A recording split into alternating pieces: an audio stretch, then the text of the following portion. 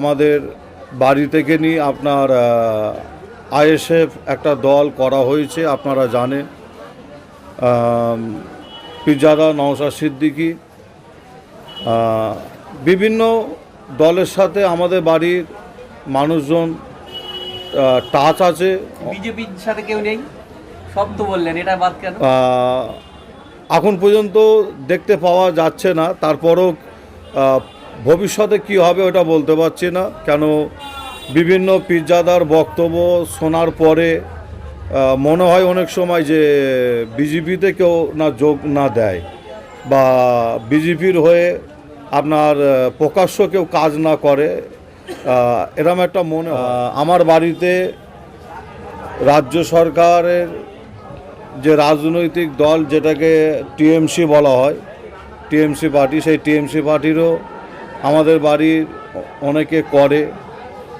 আবার আমাদের বাড়ির এমনও আছে অনেকে প্রকাশ্য না হলেও ইনডাইরেক্ট কংগ্রেসও করে।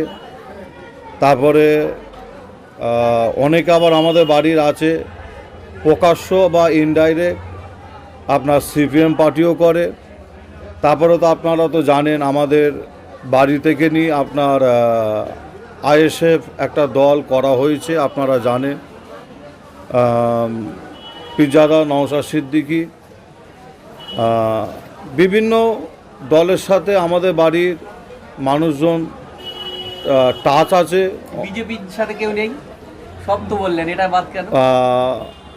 এখন পর্যন্ত দেখতে পাওয়া যাচ্ছে না, তারপরও ভবিষ্যতে কি হবে ওটা বলতে পারছি না। কেন বিভিন্ন পিরজাদার বক্তব্য শোনার পরে মনে হয় অনেক সময় যে বিজেপিতে কেউ না যোগ না দেয় বা বিজেপির হয়ে আপনার প্রকাশ্য কেউ কাজ না করে, এরকম একটা মনে হয়। তবে প্রকাশ্য বললাম এই কারণে, ভেতরে ভেতরে অনেকে কিছু কিছু এমনও কথা, এমনও বক্তব্য দেয় যেটা বিজেপির জন্য উপকার হয়, বিজেপির জন্য কাজ হয়। যাই হোক, আমি যে কথা বলছিলাম, আমাদের বাড়িতে এক কথায় আপনার বিভিন্ন রাজনৈতিক দলের সাথে যুক্ত আছে বা আপনার ডাইরেক্ট রাজনৈতিক দলও খুলেছে, রাজনৈতিক প্ল্যাটফর্ম তৈরি করেছে। এছাড়াও আপনার বাইরে আপনার দরবার শরীফ এরিয়ার বাইরে, যেমন হচ্ছে আপনার বসিরহাট দরবার শরীফ আছে, প্রতাপপুর দরবার শরীফ আছে, আমাদের মেদিনীপুর প্রতাপপুর দরবার শরীফের সৈয়দ রুহুল আমিন ভাই, তিনিও একটা রাজনৈতিক দল একটা করেছে। বসিরহাটে আপনার পিরজাদাদের মধ্যে, ওনাদের মধ্যেও কেউ টিএমসির সাথে যুক্ত, আবার কেউ কংগ্রেসের সাথে, আবার শুনলাম আর একটা নতুন দল হয়েছে তার সাথে যুক্ত আছে। আমি রাজনৈতিক কথা বলি না কোনো জায়গায়, আপনারা যখন প্রশ্নটা করেছেন আমাকে তো কিছু তো বলতে হয়, তা আমি খুব ডিপ আলোচনা করছি না, বিশেষ কিছু কারণের জন্য ডিপ আলোচনা করছি না। তা এতটুকুন আমি এই কথা বলে আপনাদের বলতে চাই। তা বিভিন্ন দলের সাথে যুক্ত পিরজাদা বা পীর সাহেব, বিভিন্ন দল পীর সাহেব পিরজাদা করছে, প্ল্যাটফর্ম তৈরি করেছে। তা আমি আসিম বিল্লাহ সিদ্দিকী কোনো রাজনৈতিক দলের সাথে যুক্ত নয়, কোনো রাজনৈতিক বক্তব্য আমার সোশ্যাল মিডিয়ায় কেউ দেখাতে পারবেন না, কোনো রাজনৈতিক নেতার সাথে আমার ওঠা বসা সোশ্যাল মিডিয়ায় এমনও ছবি বা ভিডিও দেখাতে পারবেন না। মানুষ আমার কাছে আসে, আপনার অনেক রাজনৈতিক দল অনেকে আসতে চায়, তারা ফোনও করে। তা এই মুহূর্তে আমি তিনাদের আসতে, আমার কাছে বিশেষ করে আমার কাছে আসতে নিষেধ আমি করছি। বিভিন্ন প্রোগ্রাম, রাজনৈতিক প্রোগ্রামও হয়, আমাকে তারা ইনভাইট করে যাওয়ার জন্য, আমিও তাদের ইনভাইট এখন গ্রহণ করি না, আমি এখন যাচ্ছি না। এখান থেকে একটু আমি অ্যাভয়েড করছি, আমি দূরে থাকছি আমি। তবে আমার এখানে একটাই উত্তর, সেটা হলো যে দাদা হুজুর পীর কেবলা, পাঁচ হুজুর পীর কেবলা, তিনারা যেভাবে আপনার অন্য অন্য রাজনৈতিক দলের জন্য, অন্য অন্য রাজনৈতিক দলের নেতারা যেভাবে তেনাদের কাছে এসে দোয়া চেয়েছেন, তিনারা যেভাবে দোয়া করেছেন, আমি একজন ফুরফুরা শরীফের আওলাদ হিসাবে, দাদা পীরের আওলাদ হিসাবে আমিও তেনাদের জন্য সেইভাবে দোয়া চাইব। সেটা আমার বাড়ির ভাই হোক বা বাইরের কোনো আপনার নেতা হোক, তাদের জন্য আমি সেইভাবে দোয়া চাইব। দেশের দশের মানুষের যারা কাজ করবে, পাশে থাকবে, আল্লাহ যেন তাদের যেন আপনার ক্ষমতা দেয়, আল্লাহ যেন তাদের দেশের দশের মানুষের কাজ করার তৌফিক দান করেন, এই দোয়া আমি চাই। বলছি আগের বছরে ইসালের সোয়াবে যে ধরনের কাজ হয়েছিল সরকারিভাবে, এবছরে কি তার থেকে বেশি হয়েছে না কম হয়েছে না সেম আছে, কি বলবেন? এর আগে আমরা যতটুকু লক্ষ্য করে দেখেছি, আমি তো এর মধ্যে অতটা নাই বললে বলা যেতে পারে। উন্নয়ন পর্ষদ আছে, সেই উন্নয়ন পর্ষদে আপনি নেই?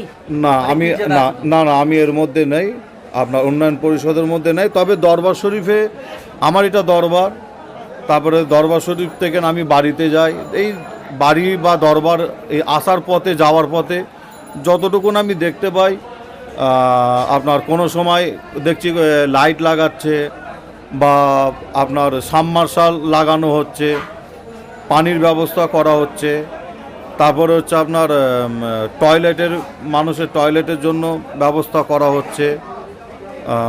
এইভাবে আপনার মানুষকে আপনার সেবা আপনার এর আগেও দিয়েছে, তুলনামূলক এবছরে একটু দেখছি আপনার বেড়েছে, এবছরে একটু বেড়েছে। তারপরও বলবো যেভাবে সরকারের দেয়া দরকার, এটা হচ্ছে ফুরফুরা দরবার শরীফ হলো ভারতবর্ষের দ্বিতীয় মুসলিম তীর্থভূমি। যেভাবে এখানে রাজ্য সরকারের দেয়া দরকার বা দেয়া উচিত সেভাবে কিন্তু দেয় না, সেভাবে কিন্তু করে না। যেভাবে অন্য অন্য জায়গায় দেয় সেইভাবে কিন্তু দেয় না। তারপরও এর আগে অন্য অন্য সরকার ছিল, তারা তো আপনার কিছুই দেয় না। এই সরকার এসে তারপরও কিছু দেয়। অন্য অন্য বছরের তুলনায় এবছরে একটু পরিষেবা বেড়েছে, আমি যেটা লক্ষ্য করে দেখছি। এই যে আপনাদের মাজারের পাশে যে পুকুরটা আছে, এই পুকুরটা ব্যাপক নোংরা, জঞ্জাল। ইসালের সময় মানুষ তো অজু করতে পারে, আগে দেখেছি আমরা অজু করতে ওই পুকুরটাতে, এখন আর সেইভাবে সংস্কার হয় না কেন? আপনারা করেন না, না সরকার করে না? মাজার শরীফের পাশে পুকুর মানে হচ্ছে এটা আপনার আমাদের দরবার শরীফ বা আমাদেরই পুকুর। তা দরবার শরীফ এরিয়ার আশপাশে যত পুকুর আছে, পুকুরগুলো হচ্ছে আপনার দরবার শরীফ বা আমাদেরই পুকুর। তা এই পুকুরের প্রতি বছরেই আপনার পরিষ্কার করা হয়। আপনার কেন মাছ চাষ হয়, তো যদি আপনার পরিষ্কার না করা হয় মাছগুলো আপনার নষ্ট হয়ে যাবে।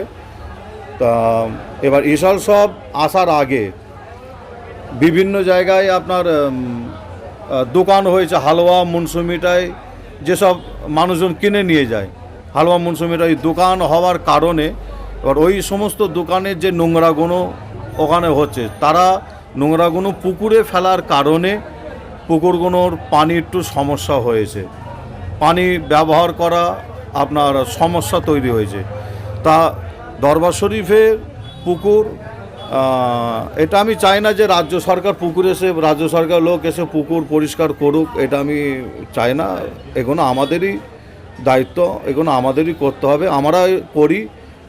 তারপরও রাজ্য সরকার হচ্ছে, আমরা তো দরবারে লাইটিংয়ের ব্যবস্থা আমরা করি, মানুষের খাওয়া দাওয়ার ব্যবস্থা আমরা করি, মানুষের পানির ব্যবস্থা আমরা করি, মানুষের ইফতারির ব্যবস্থা রমজান মাসে আমরা করছি, মানুষের থাকার ব্যবস্থা আমরা করছি। তারপরও রাজ্য সরকার কিছু করে, তারা কিছু করে। এবার পুকুরের ব্যাপার যেটা বলেছেন, এই পুকুরগুলো তো আমাদেরই লক্ষ্য রাখা দরকার।